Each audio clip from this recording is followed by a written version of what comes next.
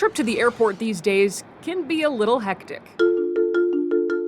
The TSA reports hundreds of thousands more people traveled by plane in 2023 compared to 2022, which means longer lines in places like security. And oftentimes, it's not just passengers you're sharing the line with. We've got to dump into the regular line. Captain Dennis Tazier is the spokesperson for the Allied Pilots Association, which represents 15,000 pilots. And for 30 years, he's flown for American Airlines. Most of his career, he's avoided the regular security line through a program called Known Crew Member Security, or KCM. KCM requires airline employees go through a certification or screening process.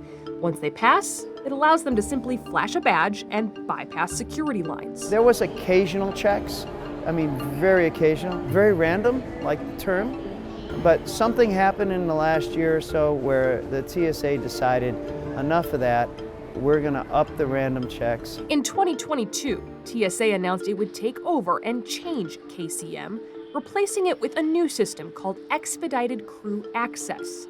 But the transition, it says, will take years.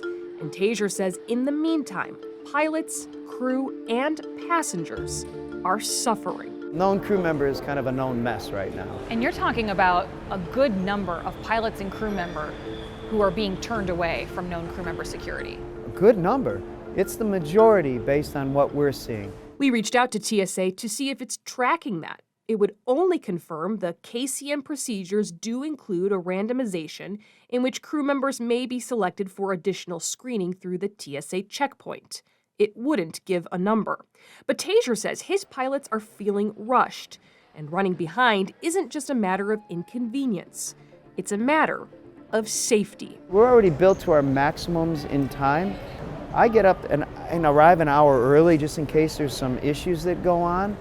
My mind's on the clock, and at some point I could end up fatiguing out. Meaning he'd reach a level of exhaustion where it is no longer safe for him to fly. That would require the airline to find another pilot to replace him, which could lead to more delays and even cancellations. Tazier says most people don't know the work pilots have to do before the plane takes off, like flight planning and completing a plane safety check. Things pilots have planned out down to the minute. The moment that you rush to comply is the moment that you might miss something that over that 1 minute delay could cause really bad things to happen. So why is this change happening in the first place? They said that there was a threat out there. They had seen some things go through unintentional that shouldn't have gone through. And so they changed the whole system. Unintentional things like drugs and guns. In 2022, TSA found more than 6,500 guns during screenings. Some of them weren't just on passengers, but on pilots and crew members. The TSA says it does not separate the number of crew caught with contraband from passengers, but we were able to find at least one example. The TSA confirms in the summer of 2022, a pilot and crew member each had a gun in their bag as they traveled through Hartsfield-Jackson Airport in Atlanta.